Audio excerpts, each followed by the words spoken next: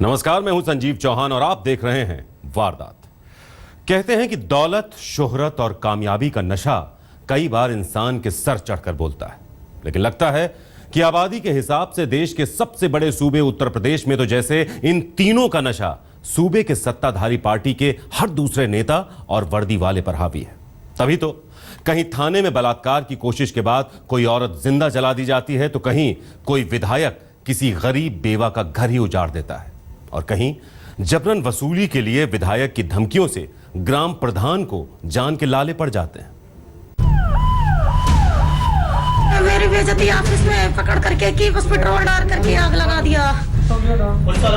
नहीं सर, थाने ऑफिस के अंदर आग लगाने की कोशिश किया, हम भागे, बस उन्होंने पेट्रोल छिड़क करके माचिस की तीली फेंक दिया, मेरे ऊपर आग लगा दी।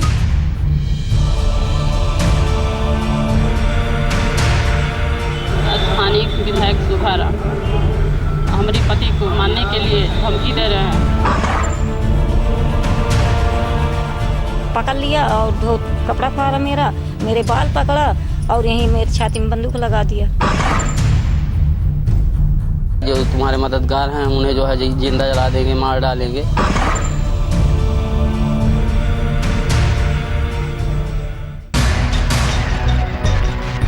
कहीं थाने में फरियाद लेकर पहुंची महिला को एसओ जिंदा जला देता है। मेरी बेइज्जती ऑफिस में पकड़ करके की बस पेट्रोल डाल करके आग लगा दिया।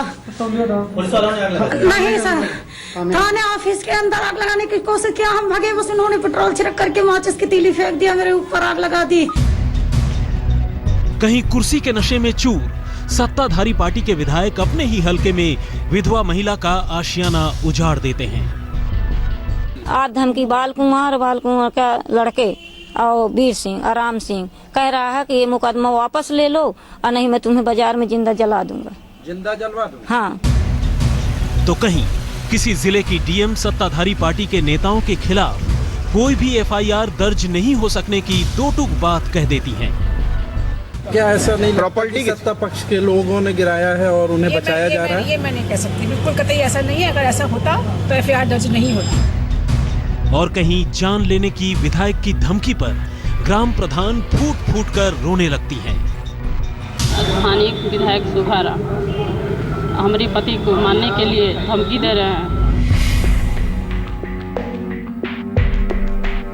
ये सभी की सभी तस्वीरें उत्तर प्रदेश की हैं, उस सूबे की जहां समाजवाद का सुनहरा सपना न जाने कब टूटे हुए शीशों की मानिंद आवाम की आंखों में चुभने लगा। किसी को पता ही नहीं चला, किसी को पता ही नहीं चला कि कब कानून बनाते बनाते खद्दरधारी कानून से खेलने लगे,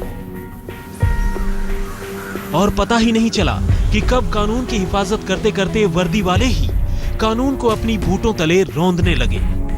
और फिर एक वक्त ऐसा आया कि बातों ही बातों में सूबे के सीएम को खुद अपने नेताओं को यूं आईना दिखाना पड़ा। लेकिन अब उस राजनीति में हमारे साथी भी हैं जो थाने की राजनीति करते हैं। अच्छा, कई साथी नेता हैं जो थाने की राजनीति करते हैं। अगर वो न्याय दिला दें तो आपकी सरकार पे कोई उंगली नहीं उठा सकता, कोई उंगली नहीं उठा सकता। अगर अपने तमाम लोग हैं जो वहीं थाने का और तहसील का इंतजाम देखते हैं। मैंने लखनऊ की मीटिंग में भी कहा था कि इधर कुछ जमीनी कार्यकर्ता ज्यादा बढ़ गए हैं। जमीनी मतलब दूसरी तरह के जमीनी।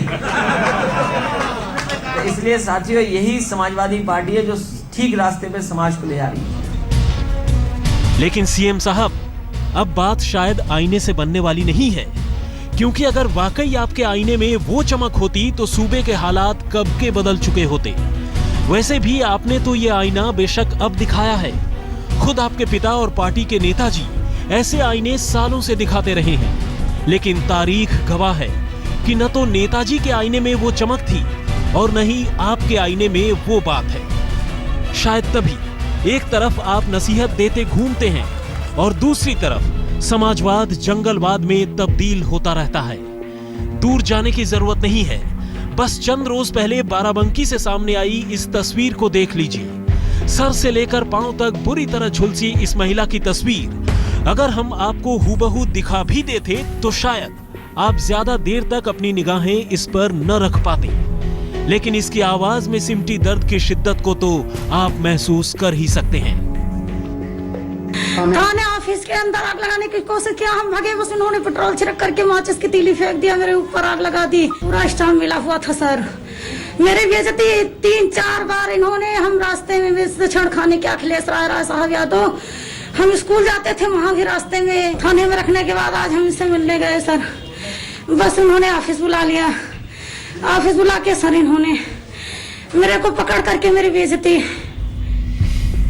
कहते हैं कोई मरने वाला इंसान कभी झूठ नहीं बोलता, और इत्तेफाक से बुरी तरह झुलसी ये महिला भी अब इस दुनिया में नहीं है। लेकिन हकीकत यही है कि जिन एसओ और सब इंस्पेक्टर पर इस महिला की ये हालत करने का इल्जाम है, वो अब भी छुट्टा घूम रहे हैं। बाराबंकी की ये महिला नाजायज तरीके से थाने में बंद अपने पति को छुड़ाने के लिए पुलिस स्टेशन पहुंची थी। लेकिन पहले तो थानेदार साहब ने उससे रिश्वत में 1 लाख रुपए की मांग की और फिर जिस्म से जेवर तक उतरवा लिए। लेकिन जब इससे भी उनका मन नहीं भरा तो थाने में ही असमत लूटने की कोशिश की। लेकिन जब इस महिला की खुददारी आड़े आ गई तो थानेदार और एसआई साहब ने मिलकर खुद ही अपने हाथों से पेट्रोल डालकर उसे जिंदा जला दिया। अब अगर यूपी की अपनी तरह की ये पहली और इकलौती वारदात होती तो भी कोई अपने दिल को समझा लेता, मगर क्या करें, यहाँ पूरे सूबे की हालत ही बाराबंकी बन चुकी है। तो अब वक्त है आपको आईना दिखाने का।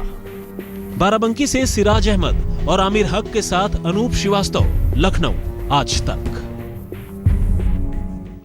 लोग टूट जाते हैं एक घर बनाने में, तुम तरस नहीं खाते बस्तियां जलाने में। उत्तर प्रदेश के बाशिंदों ने जिन विधायकों को आवाम की हिफाजत और उनका ख्याल रखने के लिए चुना था, सत्ताधारी पार्टी के उन्हीं विधायकों ने खुद अपने हाथों से एक गरीब बेवा का घर उजाड़ दिया। और जानते हैं वजह क्या थी? विधायक बेवा के घर की जमीन पर अपना कब्जा चाहते थे।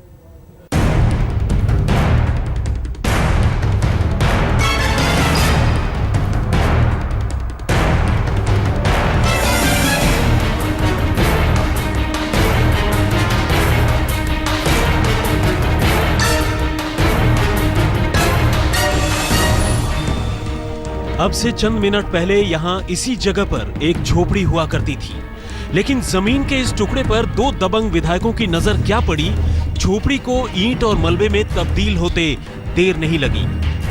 तिनका तिनका जोड़कर बनाए गए आशियाने पर अपनी आंखों के सामने बुलडोजर चलता देखकर एक तरफ एक गरीब विधवा जार जार रोती रही और दूसरी तरफ सत्ता के नशे में चूर विधायकों के अट्टहास से मानो पूरा इलाका गूंजता रहा। ये कहानी है उत्तर प्रदेश के चित्रकूट की, जहां समाजवादी पार्टी के 2 विधायकों वीर सिंह पटेल और राम सिंह पर एक गरीब विधवा का घर उजाड़ देने का संगीन इल्जाम है। पीड़ित महिला की माने तो दोनों विधायकों के गुर्गों ने मंगलवार अचानक उसका घर चारों ओर से घेर लिया और इससे पहले कि वो कुछ समझ पाती, पहले तो उसे खींचकर घर से बाहर निकाला और फिर बुलडोजर से उसी के आंखों के सामने उसका घर मटिया मेट कर दिया। वो चीखती रही, चिल्लाती रही, रहम की भीख मांगती रही, लेकिन कानून बनाने वाले विधायक खुद ही एक गरीब विधवा को बेघर करते रहे और इस तरह 40 सालों से एक जगह पर रह रही एक अकेली इस महिला से असलहों के दम पर एक अदद छत भी छीन ली गई। लेकिन सत्ता के नशे में चूर इन विधायकों का तांडव यहीं पर नहीं रुका। काफी भाग दौड़ के बाद पुलिस ने महिला की शिकायत पर रिपोर्ट तो दर्ज कर ली, लेकिन इसके बाद उसे जो धमकी मिली वो रोंगटे खड़े करने वाली थी। विधायक के गुर्गों ने कहा कि अगर उसने पुलिस में दी गई अपनी शिकायत वापस नहीं ली तो अगली बार उसे जिंदा जला दिया जाएगा। आज धमकी बाल कुमार का लड़के और वीर सिंह और राम सिंह कह रहा है कि ये मुकदमा वापस ले लो और नहीं मैं तुम्हें बाजार में जिंदा जला दूंगा। जिंदा जलवा दूंगा? हाँ। वैसे जहां कानून बनाने वालों से लेकर कानून की हिफाजत करने वालों तक सारे के सारे सत्ता के चश्मे से ही दुनिया को देखते हों, वहां भला इंसाफ की उम्मीद किससे की जा सकती है? आप भी सुनिए। जब इस सिलसिले में पत्रकारों ने जिले की डीएम साहिबा से सवाल किया तो उनका क्या कहना था। डीएम ने न सिर्फ लगे हाथ विधायकों के हक में फैसला सुना दिया, बल्कि झट से ये भी कह दिया कि अगर मामला सत्ताधारी दल से जुड़ा होता तो कतई एफआईआर दर्ज नहीं होती। क्या ऐसा नहीं, प्रॉपर्टी सत्ता पक्ष के लोगों ने गिराया है और उन्हें बचाया जा रहा है? ये मैं नहीं कह सकती, बिल्कुल कतई ऐसा नहीं है। अगर ऐसा होता तो एफआईआर दर्ज नहीं होती। वैसे आपको बता दें कि विधायक वीर सिंह पटेल कभी बीहड़ में खौफ का दूसरा नाम रहे डकैत ददुआ का बेटा है, जबकि विधायक राम सिंह पटेल ददुआ के भाई और मिर्जापुर से सपा के सांसद बाल कुमार पटेल का बेटा। अजय सिंह चौहान, बांदा, आज तक। आपने यूपी में पुलिस का खौफनाक चेहरा तो बहुत देखा, अब कुछ मजलूम चेहरे भी देख लीजिए। यूपी के झांसी और देवरिया में दारोगा साहबों पर तब शामत आ गई जब उन्होंने कुछ नेताओं के चमचों को छोड़ने से इनकार कर दिया। और जानते हैं ये नेता कौन थे? तो सुनिए, इत्तेफाक से दोनों का ताल्लुक सत्ताधारी समाजवादी पार्टी से ही था। उत्तर प्रदेश के इन दोनों थानों के दरमियान दूरी तकरीबन 650 किलोमीटर की है, लेकिन इन दोनों ही थानों के साथ हुए एक अजीब इत्तेफाक ने एक साथ इन थानों को सुर्खियों में ला दिया है। और जानते हैं ये इत्तेफाक क्या है? तो सुनिए, दोनों ही थानों में तैनात दारोगाओं के साथ धक्का मुक्की और पिटाई हुई है, और पिटाई करने वाले भी कोई और नहीं बल्कि सत्ताधारी समाजवादी पार्टी के नेता हैं। तो सबसे पहले बात झांसी की। यहाँ मिनरवा चौकी की पुलिस ने चेकिंग के दौरान एक शराबी को पकड़ लिया। शराबी समाजवादी पार्टी के पार्षद वीरू कुशवाहा का करीबी था। पार्षद महोदय ने उसे छोड़ने के लिए दरोगा को हुक्म दिया, लेकिन जब दरोगा ने इससे इनकार कर दिया तो इन पार्षद महोदय ने न सिर्फ उनकी पिटाई कर दी बल्कि सीने पर संगीन तान दिया। इस संबंध में कोतवाली में दरोगा जी वीरेंद्र की तरफ से वीरू पार्षद और 3 अज्ञात लोगों के खिलाफ मुकदमा पंजीकृत किया गया है विभिन्न धाराओं में, और उसकी गिरफ्तारी के प्रयास किए जा रहे हैं। टीमें बना दी गई, कई जगह दबिश दी गई है, शीघ्र ही गिरफ्तारी की जाएगी। उधर देवरिया के सदर थाने में भी ठीक ऐसी ही एक वारदात हुई। यहाँ सपा नेता बाबूलाल थाने के दरोगा बाबूलाल से उलझ गए। न सिर्फ उलझ गए बल्कि जमीन पर कब्जे के इल्जाम में पकड़े गए अपने एक समर्थक को भी थाने से छुड़ा ले गए। ये और बात है कि सत्ताधारी पार्टी का नाम सुनते ही खुद दरोगा साहब को भी सांप सूंघ गया। जो रोकने मारने दौड़े आपको? हम तो जा ही रहे थे वहाँ पर, देखे तो आपसे झड़प क्यों हो रही थी? हमसे नहीं हो रहा। आप ही कैमरे में वहाँ तो कोई लोग थे ना। जाहिर है यूपी में इन दिनों हर तरफ पावर का नशा सिर चढ़कर बोल रहा है, कहीं खादी का पावर तो कहीं खाकी का। झांसी से अमित श्रीवास्तव के साथ राम प्रताप सिंह, देवरिया, आज तक। तो फिलहाल वारदात टीम को दीजिए इजाजत, लेकिन देश और दुनिया की तमाम खबरों के लिए आप देखते रहिए आज तक।